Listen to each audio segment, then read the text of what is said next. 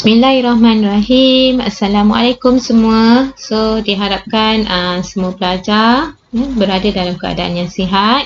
Jadi kita hari ini nak sambung dengan tajuk yang baru iaitu bab 4. Okay, so diharapkan semua bersedia dengan buku Bioscore ataupun buku teks mana nota cikgu ni banyak merujuk kepada kedua-dua buku tersebut.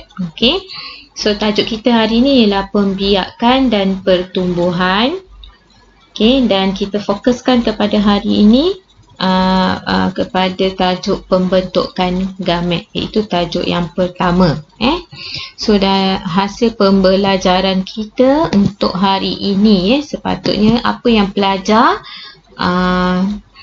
sepatutnya capai. Okey, nombor 1, pelajar sepatutnya dapat menerangkan keperluan organisma untuk membiak. Okey. Yang kedua, pelajar dapat menyatakan jenis pembiakan. So kita tengok jenis-jenis pembiakan. Yang ketiga, menerangkan keperluan pembentukan gamet. Yang keempat, menghuraikan pembentukan sperma dan ovum dalam manusia. Dan yang kelima, membandingkan pembentukan sperma dengan ovum. Okey. So kita tengok yang pertama sekali. Okey. So dalam tajuk ni kita belajar tentang penghasilan gamet. Jadi kita tahu gamet ni adalah sel yang diperlukan untuk proses pembiakan. Okey, so apa yang dimaksudkan dengan pembiakan? Okey, pembiakan ialah proses menghasilkan individu baru. Okey. Untuk apa kita hasilkan individu yang baru ni?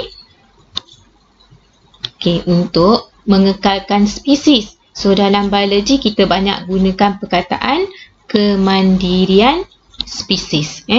Dalam persekitaran maksudnya dekat dunia ni lah jugalah kan. Okey.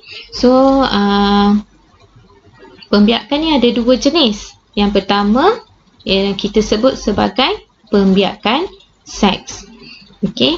Dan yang kedua pembiakan aseks. Okey, untuk pembiakan seks, jenis pembiakan ni mesti melibatkan gamet. Mesti menghasilkan gamet, melibatkan gamet dan gamet-gamet tu bergabung. So penyatuan dua gamet. Okey, yang kedua, gamet-gamet ni dihasilkan oleh dua organisma yang berbeza lah. Melibatkan dua organisma. Yang ketiga, menyebabkan variasi terhasil di kalangan anak-anak yang organisma tadi. Sebab gamet tu membawa genetik daripada ibu dengan ayah kan. So ada variasi terhasil. Dan yang keempat, biasanya kalau haiwan berlaku kepada vertebrata. Okey. Untuk pembiakan aseks pula, jadi aseks maksudnya dia tidak melibatkan gamet. Okey. Kemudian hanya satu organisma sahaja. Okey, melibatkan satu organisma sahaja, so tak perlukan gamet. Anak-anak yang dihasilkan ni tak ada variasi, semuanya sama je dengan parents dia, sama dengan ibu bapa dia. Biasanya jenis pembiakan aseks ni berlaku pada tumbuhan. Dan proses tu kita ada beberapa nama lah kan, beberapa cara yang biasa kita jumpa. Contohnya belahan dedua. Okey, contohnya bakteria. Penunasan, contohnya yeast. Dan juga sporulasi, contohnya cendawan. Jadi kalau kita tengok bakteria, yeast dengan cendawan ni dia tak ada variasi di kalangan organisma dia. Okey. Dan kita sebut sebagai pembiakan aseks. Okey. So untuk pembiakan seks, hari ni kita nak belajar banyak kepada pembiakan seks kerana melibatkan gamet. Okey.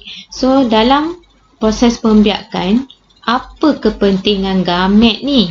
Okey. So, gamet dihasilkan oleh organ pembiakan. Okey, kalau bagi manusia lelaki dihasilkan di testis, manakala bagi perempuan dihasilkan di ovari. Okey. So, itu organ pembiakannya. Tapi kalau gamet tu apa? Gamet tu ialah sperma bagi lelaki. Okey. Lelaki menghasilkan sperma, perempuan ovum. Inilah dia gamet, sel gamet. Okey. So, setiap gamet ni akan mempunyai separuh bilangan kromosom dari ibu bapanya, kan? So, maksudnya perlunya hasilkan gamet ni untuk hasilkan sel yang mempunyai separuh je kromosom daripada induk dia. Okey. So, kenapa nak kena separuh? Separuh ataupun istilahnya ialah haploid. Okey, kenapa kena hasilkan separuh? Kerana kita nak pastikan nanti bila berlaku persenyawaan dan bila ada anak, okey, bilangan kromosom dalam sel anak tu, iaitu zygote tu, zygote kan terhasil selepas persenyawaan. Okey, bilangan kromosom dalam zygote tu nanti akan jadi diploid semula. Mempunyai bilangan kromosom yang diploid, iaitu sama dengan ibu bapa dia. Jadi kalau bagi manusia, diploid ni maksudnya manusia mempunyai, diploid ni bermaksud 46 kromosom. Okey, parents ada 46. Okey, so 46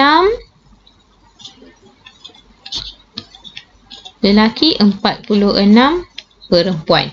Diploid. So, bila menghasilkan meiosis, bila bermeiosis hasilkan gamet, dia akan produce 23, iaitu haploid. Separuh daripada induk. Yang ini pun 23. Okey. So, apabila zygote terbentuk ni. Zygote ni. Okey, zygote terbentuk. Dia akan dapat semula 46 ataupun 2N. So, samalah dengan induk dia yang ni dengan yang ni. Okey. So, tak adalah anak yang keluar tu macam dinosaur ke, kan? So, genetik dah bukan genetik dah, spesies pun berbeza. Okey. So, perlunya hasilkan gamet yang pertama untuk hasilkan sel yang haploid. Yang kedua untuk hasilkan anak atau zygote yang diploid.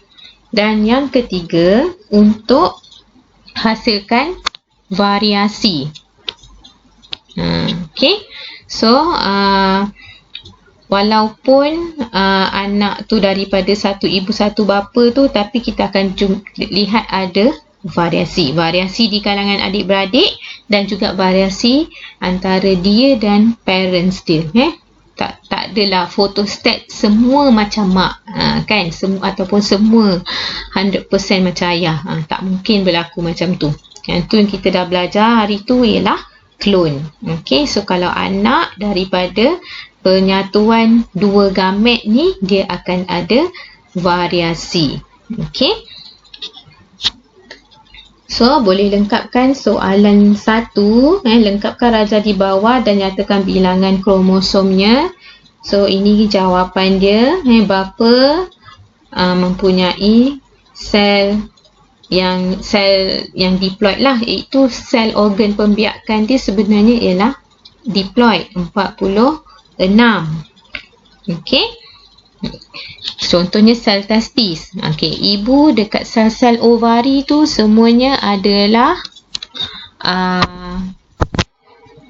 diploid juga, 46. sel-sel ovari. Yang ini sel-sel testis. Tapi bila menghasilkan sperma, dia akan menghasilkan bilangan kromosom yang separuh. So haploid bersamaan dengan 23 kromosom. Okey. So sama juga dengan ibu mempunyai bilangan kromosom 23 dalam ovumnya. Dan apabila persenyawaan berlaku menghasilkan zygote iaitu 46. So kita pergi kepada proses yang pertama yang kita sebut sebagai spermatogenesis. Pembentukan sperma ialah spermatogenesis. Tadi cikgu sebut gametogenesis. Okey. Ada satu lagi istilah gameto ni sebab ada perkataan gamet kan. Gametogenesis ialah proses pembentukan gamet. Okey, tapi untuk sperma ialah spermatogenesis. Okey. So kita dah bincang tadi sperma ni dihasilkan dekat testis. Okey. So gambar rajah ni menunjukkan struktur testis. Jadi yang disebut sebagai testis tu ialah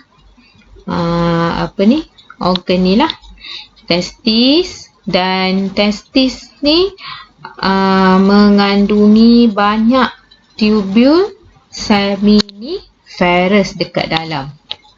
Dalam testis ada banyak tubul seminiferous. Okey.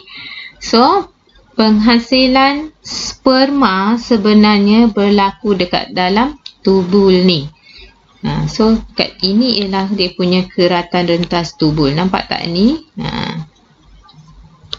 So sel-sel ni lah yang akan berkembang menjadi sperma nanti. So sel-sel ni mengalami mitosis dan meiosis. Okey. So apabila sperma tu dah dihasilkan, sperma ni akan dikeluarkan dan berada dekat epididymis ni. Itu tempat sperma tu menjadi matang. Okey. Dan seterusnya sperma tu akan dikeluarkan untuk ke bahagian uretra. Okey, akan dibawa ke uretra. uretra, uretra. Okey, melalui vas deferens.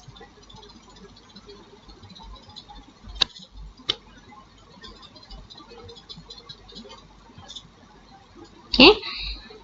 So itu ialah untuk struktur testis. Satu lagi kita ada vas efferens untuk mengangkut sperma yang dihasilkan dekat tubul seminiferous ni ke epididymis untuk menjadi matang.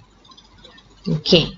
So itu ialah struktur testis. Kemudian yang ini ialah keratan. Ni. Keratan ni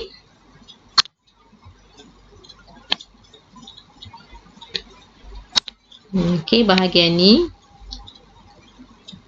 Kemudian ialah yang inilah bila kita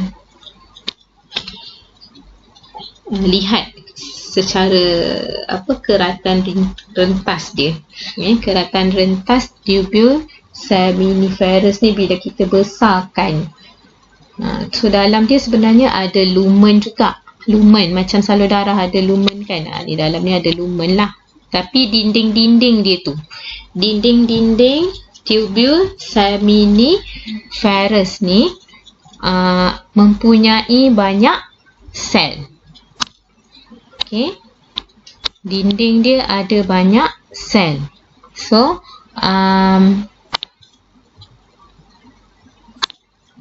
okay, so kita kena tengok sel-sel ni lah yang akan berkembang membentuk sperma. So sel yang pertama, lapisan yang pertama sekali yang terbentuk kita sebut sebagai sel germa primordium. Dalam gambar ni tak dinyatakan. Okey, sel germa primordium.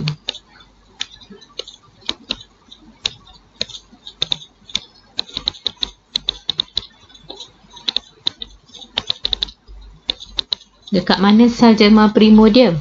Dekat lapisan yang pertama ni. So, dekat bahagian paling lapisan yang awal sekali ni ialah sel germa primordium. Okay. So, proses tu kita boleh kata perkembangan dia tu ke arah tengah ni. Ke arah tengah. Ke arah lumen dia. Daripada sel germa primordium yang banyak lah sebenarnya. Okay, kita ada banyak sel germa primordium. Dan sel-sel ni menjalani proses mitosis untuk menambahkan bilangan dia. So, sel germa primordium ni, ciri-ciri dia adalah diploid. Masih lagi dalam keadaan diploid. Kemudian, sel germa primordium ni akan mengalami mitosis yang berulang, bermitosis banyak kali untuk membentuk spermatogonium. Okey, so maksudnya daripada sel germa primordium kepada spermatogonium, dia mengalami proses mitosis yang berulang-ulang supaya dia dapat hasilkan banyak spermatogonium. Okey. So, kat sini berlaku proses mitosis untuk membentuk spermatogonium. Okey, kemudian kita ada spermatogonium ni pula menjalankan proses pertumbuhan untuk membentuk spermatosid primer. So, macam ni, sel germa primordium ni 2N menghasilkan spermatogonium pun masih lagi 2N. Okey. Bermitosis. Lepas tu spermatogonium ni mengalami pertumbuhan. Bertumbuhan ni maksudnya dia tambahkan cytoplasma dia kan untuk membentuk spermatosid primer yang juga masih lagi 2N. Okay. Dan seterusnya spermatosid primer ni akan mengalami meiosis 1.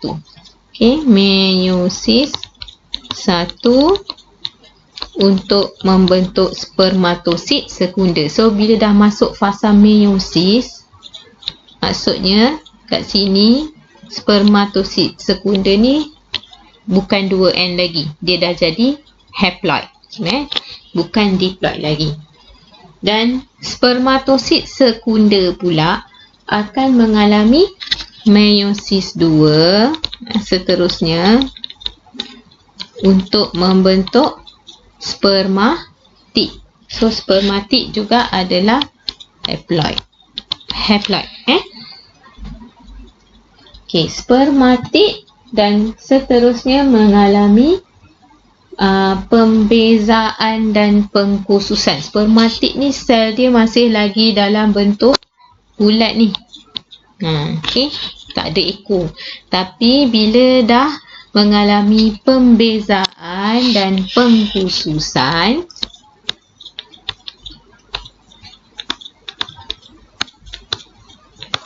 maka dia jadi yang ada ekor ni. Pembezaan dan pengkhususan membentuk spermatozoa, dan spermatozoa ni adalah sperma lah. Spermatozoa ni ialah sperma, dan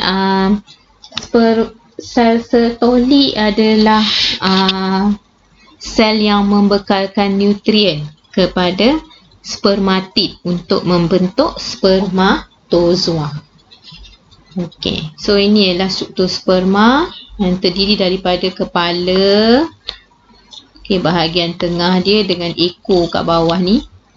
Okey, so dalam bahagian kepala dia ada struktur akrosom, ada nukleus, manakala dekat bahagian badan tengah tu ada mitokondria yang banyak. Okey, so ini adalah proses yang kita bincangkan tadi, iaitu pembentukan sperma. Boleh rujuk muka surat 123. Yang pertama, pembentukan sperma atau spermatogenesis berlaku dalam tubul seminiferous testis. Keratan rentas tubul menunjukkan ianya terdiri daripada lapisan sel yang dipanggil sel germa primordium, iaitu lapisan yang mula-mula sekali dekat dinding tubul seminiferous tersebut. Okey. So sel germa primordium ni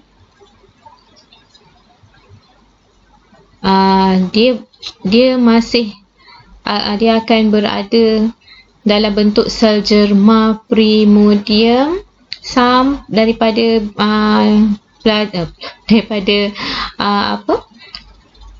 budak lelaki tu lahir sampailah kepada peringkat akil baligh dia. Okey, so semasa dia akil baligh tu, lelaki akan menghasilkan hormon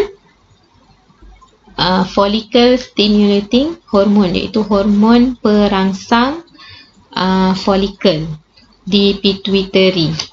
Hormon perangsang follicle yang dihasilkan di pituitary. So hormon ni dirembeskan dan menyebabkan sel-sel germa primordium ni menjalani mitosis beberapa kali untuk hasilkan spermatogonium. Okey. So dah masuk kepada peringkat yang kedua. Bermula dengan sel germa primordium tadi yang diploid sampai kepada peringkat akil baligh. Bila akil baligh saja, lelaki akan merembeskan hormon perangsang folikel. Kita dah belajar dekat bab 3 hormon perangsang folikel, dan hormon ni berfungsi untuk merangsang sel germa primordium ni untuk membahagi banyak kali secara mitosis untuk menghasilkan spermatogonium yang diploid juga. Okey, dia nak hasilkan banyak spermatogonium. Okey, dan kemudian masuk kepada peringkat yang seterusnya, iaitu setiap satu spermatogonium akan mengalami pertumbuhan membentuk spermatosid primer. So daripada spermatogonium, proses yang dijalankan ialah pertumbuhan. Maksudnya spermatogonium tu berkembang dari segi sel dia lah, dari segi kandungan cytoplasma semua tu, menghasilkan banyak mitokondria kan. Contohnya untuk membentuk spermatosid primer yang masih lagi diploid. Okey. Dan proses seterusnya berlaku, iaitu spermatosid primer terus membahagi melalui meiosis 1. Okey, spermatosid primer ni dia menjalankan meiosis 1 untuk membentuk spermatosid sekunder. Okey, kemudian spermatosid satu spermatosid primer ni akan membentuk dua spermatosid sekunder dalam meiosis 1. Okey, contohnya kita dah belajar meiosis kan. Meiosis berlaku iaitu daripada satu sel dia jadi dua sel dalam meiosis 1. Ni meiosis 1. Okey, so sekarang ni ada sel ni daripada spermatosid primer ni 2N menghasilkan spermatosid sekunder yang haploid NN. Okey, so kemudian kedua-dua spermatosid sekunder membahagi secara meiosis 2. Lepas tu dua-dua ni membahagi pula. Okey, menghasilkan 4 spermatid N.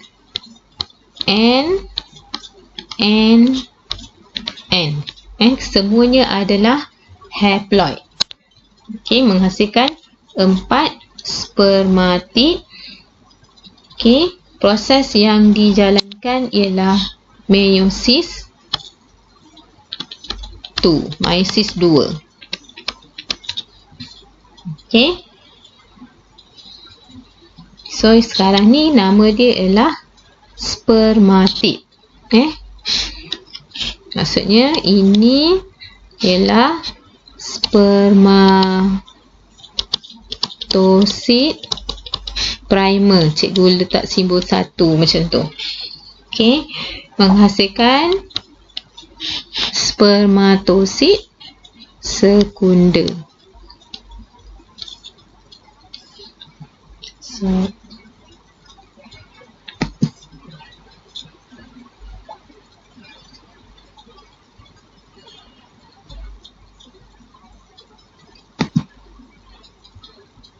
Okey, menghasilkan spermatosid sekunder.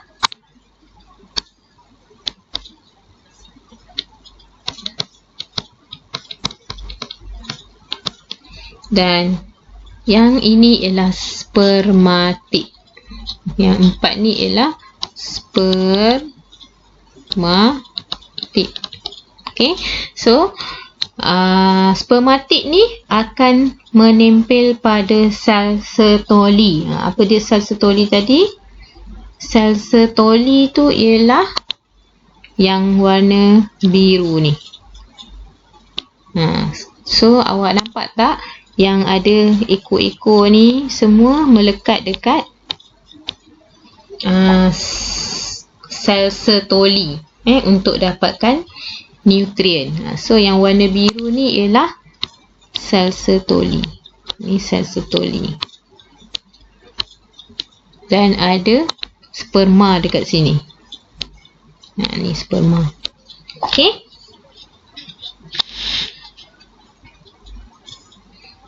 So sel Sertoli ni adalah tempat spermatid mendapatkan nutrien.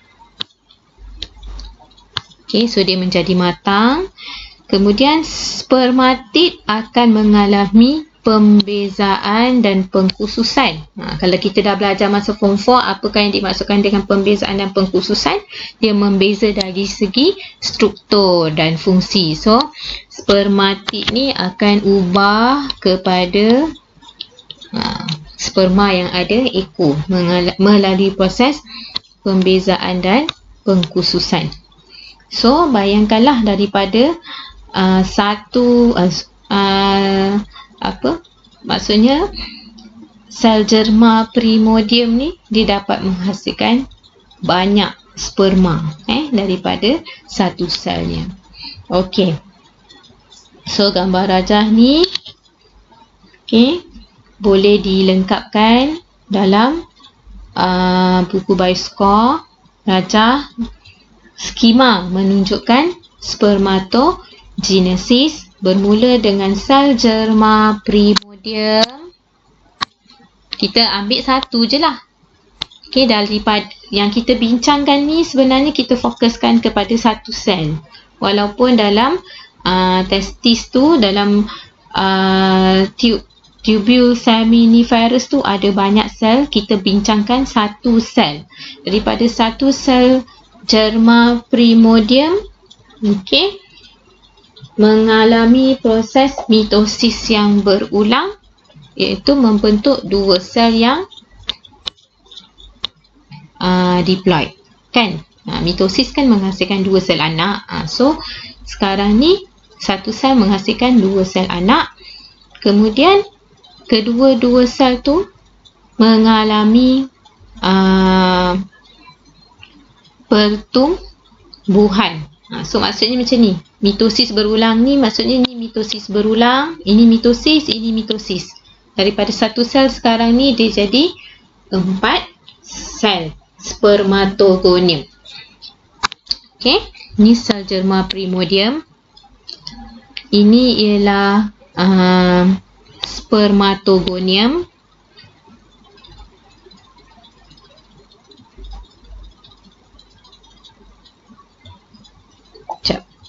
Okey. Mengalami mitosis berulang menghasilkan spermatogonium. Ini spermatogonium. Okey, spermatogonium mengalami perkembangan. Ini perkembangan lah. Proses perkembangan, so sel ni jadi lebih besar. Mengalami perkembangan menjadi spermatosid primer. Ini ialah spermatosid primer. Dan seterusnya spermatosid primer mengalami meiosis 1. So daripada 2N dia dah jadi haploid. So ini ialah spermatosid sekunder. Dan seterusnya kedua-dua spermatosid sekunder yang haploid ni mengalami meiosis 2 menghasilkan spermatid. Dan last sekali ialah spermatid mengalami pembezaan dan pengkhususan membentuk spermatozoa atau sperma. Kat bawah lah, tak nampak pula. Okey, keempat ni membentuk spermatozoa ataupun sperma. Okey, so kita habis dengan tajuk spermatogenesis. Jadi yang seterusnya kita nak bincangkan tentang proses oogenesis. Okey, so sebenarnya ada banyak persamaan nama dari segi nama dia tu boleh kita tengok nanti ada persamaan lah nama-nama dia. So oogenesis ni adalah proses pembentukan ovum yang berlaku dekat dalam ovari. Okay, so bermula daripada peringkat fetus. Okay, maksudnya perempuan ni dia punya keunikan dia ialah bukan penghasilan ovum. Ovum ni ada banyak peringkat penghasilan, tapi proses tu bermula daripada dia dalam fetus lagi. Okay, daripada dia sendiri dalam bentuk fetus, iaitu masih dalam kandungan mak dia yang belum lahir lagi ni, penghasilan proses penghasilan ovum tu dah mula dah. Dan berterusan sampailah dia mencapai akil baligh, iaitu mengalami haid yang pertama lah. So keratan rentas ovari menunjukkan lapisan sel germa primordium. Inilah nama dia hampir sama. Okay, dekat ovari bermula dengan sel germa primordium yang diploid, mengalami mitosis berulang untuk menghasilkan oogonium. Semasa perkembangan fetus sehingga fasa kanak-kanak, oogonium berkembang membentuk usid primer yang dikelilingi oleh folikel primer. Okay, maksudnya oogonium ni dia duduk dalam satu sarung yang kita panggil sel-sel yang kita panggil folikel. Dia ada dua perkara kat sini. Satu sel dia, satu lagi folikel. Okay. So, satu sel ni dikelilingi oleh sel-sel folikel. So, kat sini ialah oogonium. Okey, luar ni ialah folikel. Kalau nama dia ialah oogonium, oogonium duduk dalam folikel. Okey. Kemudian oogonium ni berkembang membentuk usid primer yang dikelilingi oleh folikel primer. Okey. Kemudian apabila mencapai akil balik, usid primer membahagi melalui meiosis 1. So, usid primer akan membahagi melalui meiosis 1, membentuk usid sekunder dan jasad kutub pertama. Okey. So, nanti kita tengok ada diagram bawah tu. Okey, di bawah rangsangan hormon perangsang folikel, usid sekunder dikelilingi oleh folikel sekunder dan jasad kutub pertama merosot.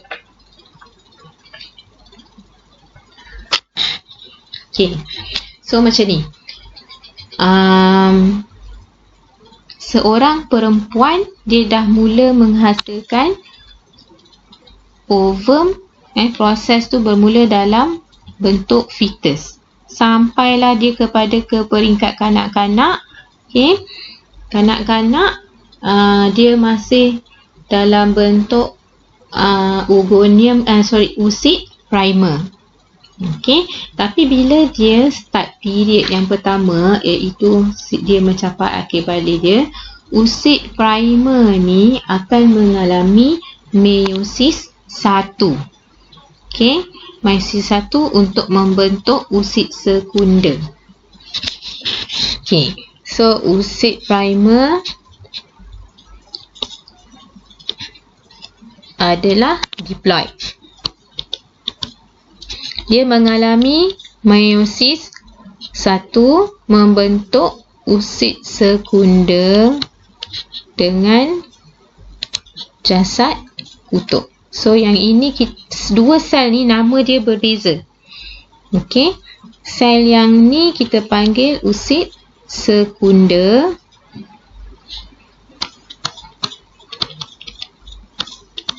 Yang ini ialah jasad kutub. Okey.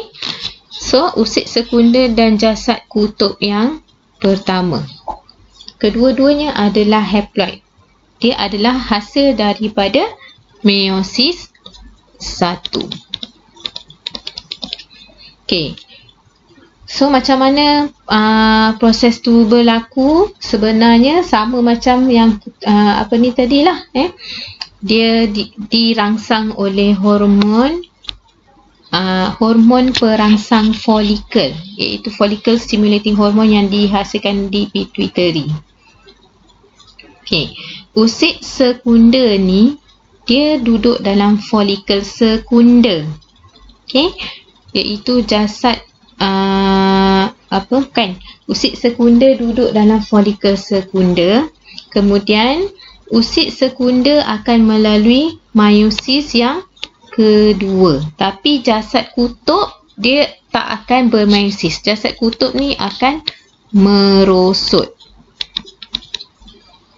Okey, yang meneruskan proses meiosis tu ialah usid sekunder.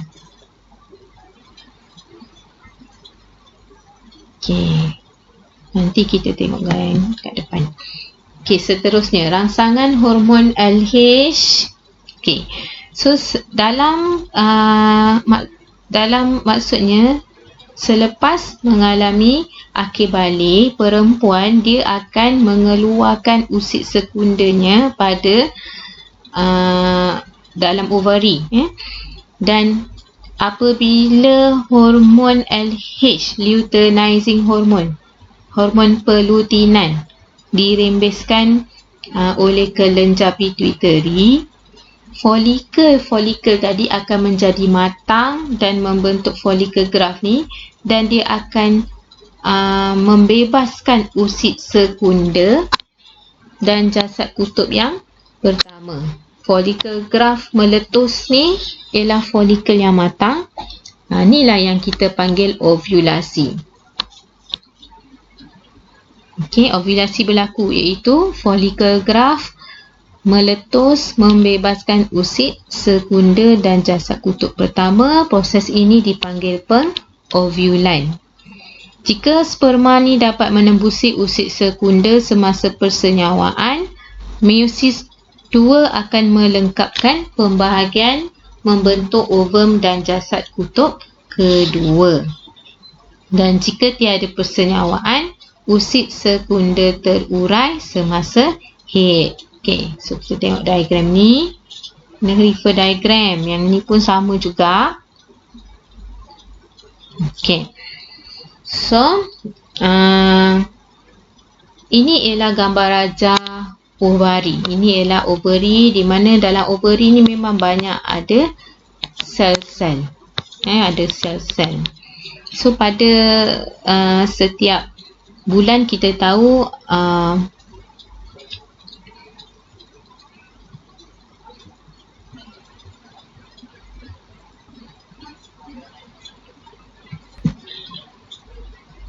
okay. So, dalam setiap kitaran haid, okay, wanita akan mengeluarkan satu ovum sahaja. Okay. So, sekarang ni kita bincangkan dari segi pembentukan ovum tu, bermula daripada peringkat dia dalam bentuk fetus. Okay, dalam bentuk fetus, sebenarnya sel dia terdiri daripada sel germa primordium. Okey, sel germa primordium yang terdapat dekat dekat dalam ovari lah, sel-sel germa primordium. Okey, sel-sel germa primordium ni dia akan mengalami mitosis berulang, membentuk oogonium. Kemudian oogonium ni akan mengalami pertumbuhan, membentuk usid primer. So, ini ialah usid primer. So, cikgu cakap tadi, usid primer duduk dalam folikel, iaitu kita panggil folikel primer. Mana usid primer? Usid primer yang tengah. Okey. Usid primer tu yang tengah. Tapi folikel dia yang mana? Folikel dia yang luar. So, usid primer ialah yang pink tu, folikel primer yang hijau tu. So, folikel ni dia dengan usid ni dia semakin lama semakin matang. Jadi kita tengok dalam gambar ni dilukis membesar lah, dilukis semakin membesar. So, folikel primer ni semakin matang. So, bilangan sel dia banyak. Okay. So, folikel usid primer duduk dalam folikel primer sampailah peringkat dia mencapai akhir balik. Okey, maksudnya daripada fetus sampai kanak-kanak tu dia duduk dalam bentuk usid primer, dalam bentuk dalam folikel primer. So, bila mencapai akhir balik, kat sinilah. Okey, folikel primer ataupun usid primer ni mengalami meiosis 1. Okey, mengalami meiosis 1 untuk membentuk usid sekunder.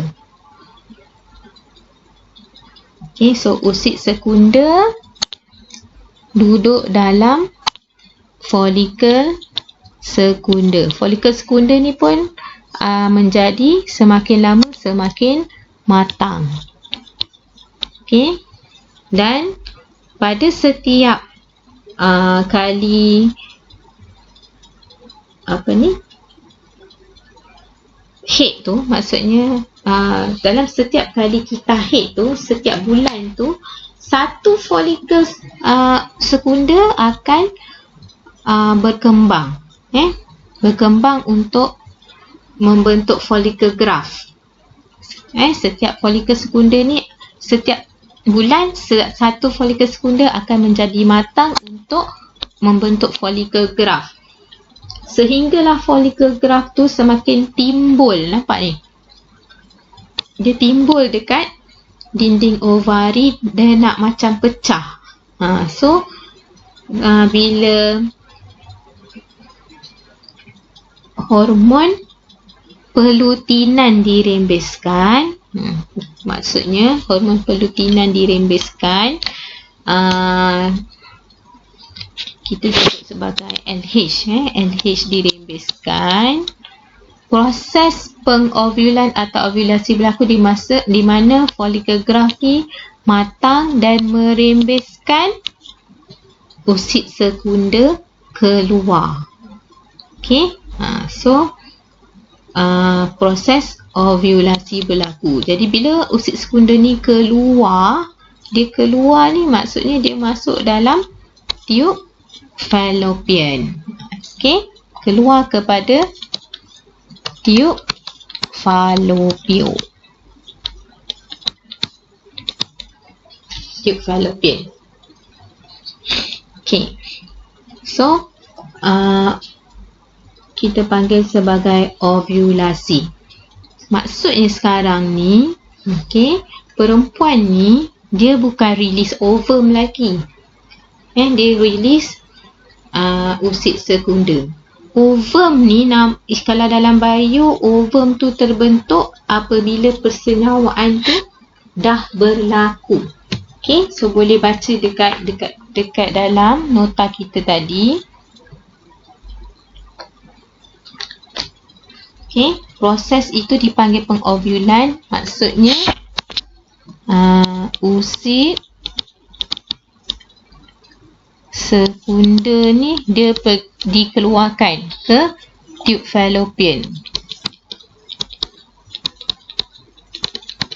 Bukannya ovum yang keluar tu ialah usid sekunda.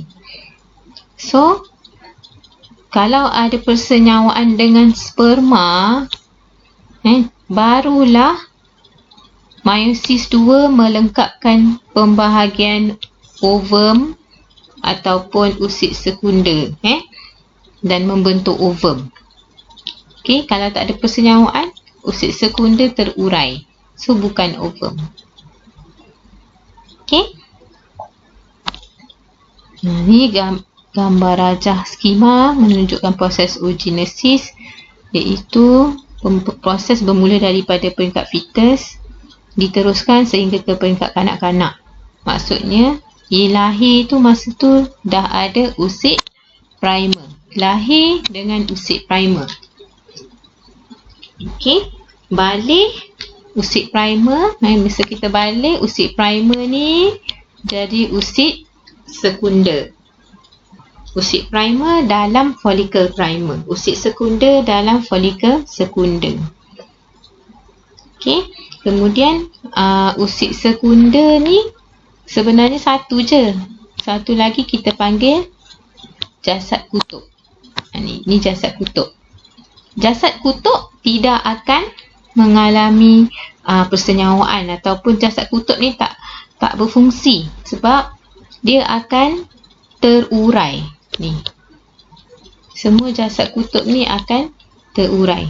Hanya satu sahaja usid sekunda ni sahaja yang akan mengalami meiosis 2, tapi meiosis 2 menghasilkan satu ovum dan satu lagi masih lagi jasad kutub yang juga akan terurai. Okey, so maksudnya ini dengan ini ni tidak akan berfungsi. Kenapa dia tak berfungsi? Okey, kalau kita tengok pun dekat sini dilukis ovum ni saiz dia besar. Yang ni saiz dia kecil. Salah satu sebab ialah pembentukan ovum tu. Okey. Pembentukan ovum, dia punya pembahagian cytoplasma dia tak sekata. Jadi ovum ni dia punya cytoplasma ni lebih besar. Sel dia lebih besar daripada jasad kutub. Okey.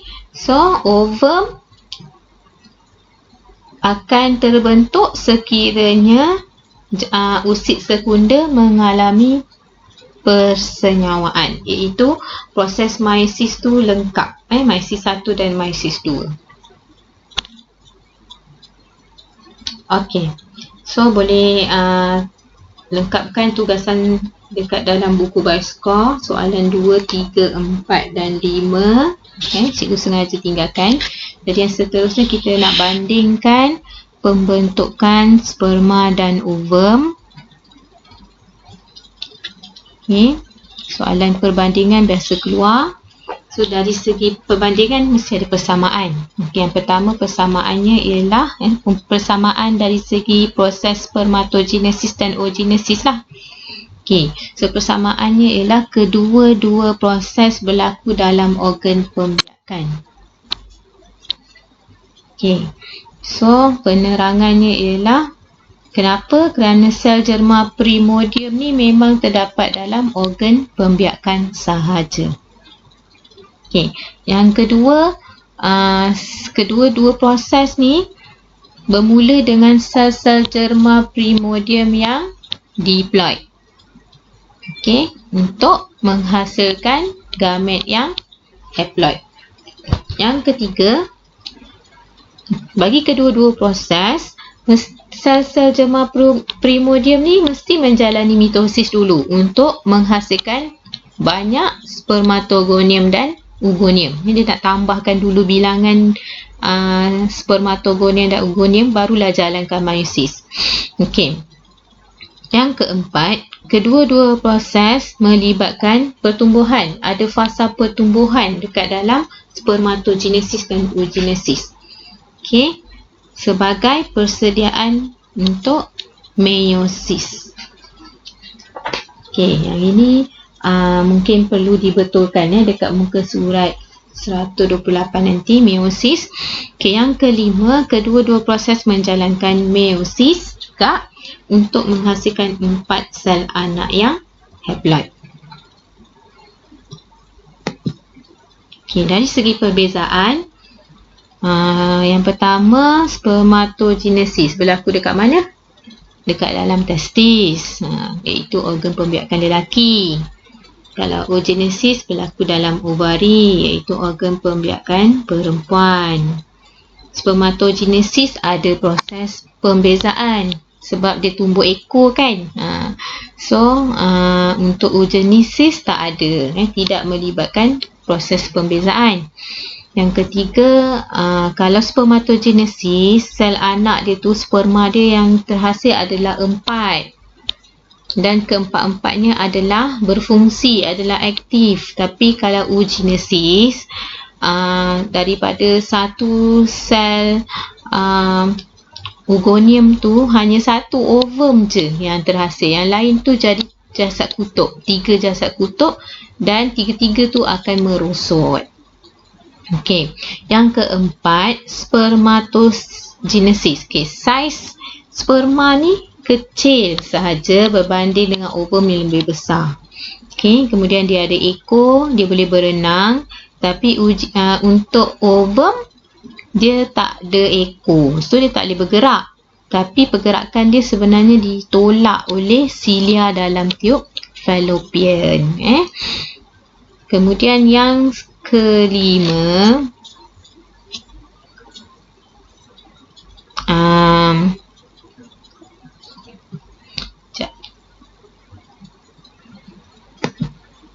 yang kelima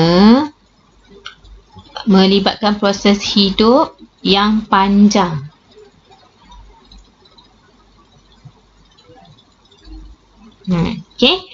Melibatkan proses hidup yang panjang untuk penghasilan sperma lah kan. Sperma ni proses penghasilan dia daripada dia akhir balik tu sampailah ke tua, 70 lah, macam tu dia masih hasilkan spermanya. Tapi bagi perempuan dia akan stop proses tu apabila dia telah putus haid, proses menghasilkan ovum tu akan berhenti, kan, apabila dia mengalami putus haid ataupun menopause. Okey, yang keenam, untuk spermatogenesis, prosesnya bermula selepas lelaki mencapai akhir balik. Oogenesis bermula semasa perkembangan fetus. Nampaknya fetus lagi, kan. Kemudian spermatogenesis, penghasilan sperma berlaku sepanjang hayat, tapi oogenesis berlaku dalam setiap kita haid tu, dalam tempoh 28 hari ovum dihasilkan. Itu pun satu je ovum yang dihasilkan bagi perempuan yang normal, yang biasalah. Okey, so satu ovum setiap 28 hari. Okey, kemudian spermatogenesis, prosesnya mengalami proses meiosis satu yang lengkap. Dalam oogenesis, proses tu hanya lengkap apabila sperma mensenyawakan ovum. Okey. Yang ke-9, sel germa primordial membahagi menghasilkan spermatogonium. Okey, ini peringkat yang awal tadi. Untuk oogenesis, sel germa dia akan hasilkan oogonium, nama yang berbeza lah. Okey, spermatogonium dengan oogonium, itulah beza dia. Okey, yang akhir sekali, untuk spermatogenesis, selepas meiosis 1 menghasilkan 2 spermatosid sekunder, tapi yang oogenesis ni selepas meiosis 1 hasilkan 1 oosid sekunder, 1 jasad kutub. So nama dia berbeza. Okey, so sekian dulu untuk tajuk pembentukan gamet. Cikgu harap awak dapat fahamkan, dapat study guna video ni. Kalau tak faham boleh tanya cikgu, dan kena ulang kaji lah, kena baca slow-slow untuk fahamkan. Okey, so kita sambung di hari yang lain pula. Okey, sekian, terima kasih. Assalamualaikum warahmatullahi wabarakatuh.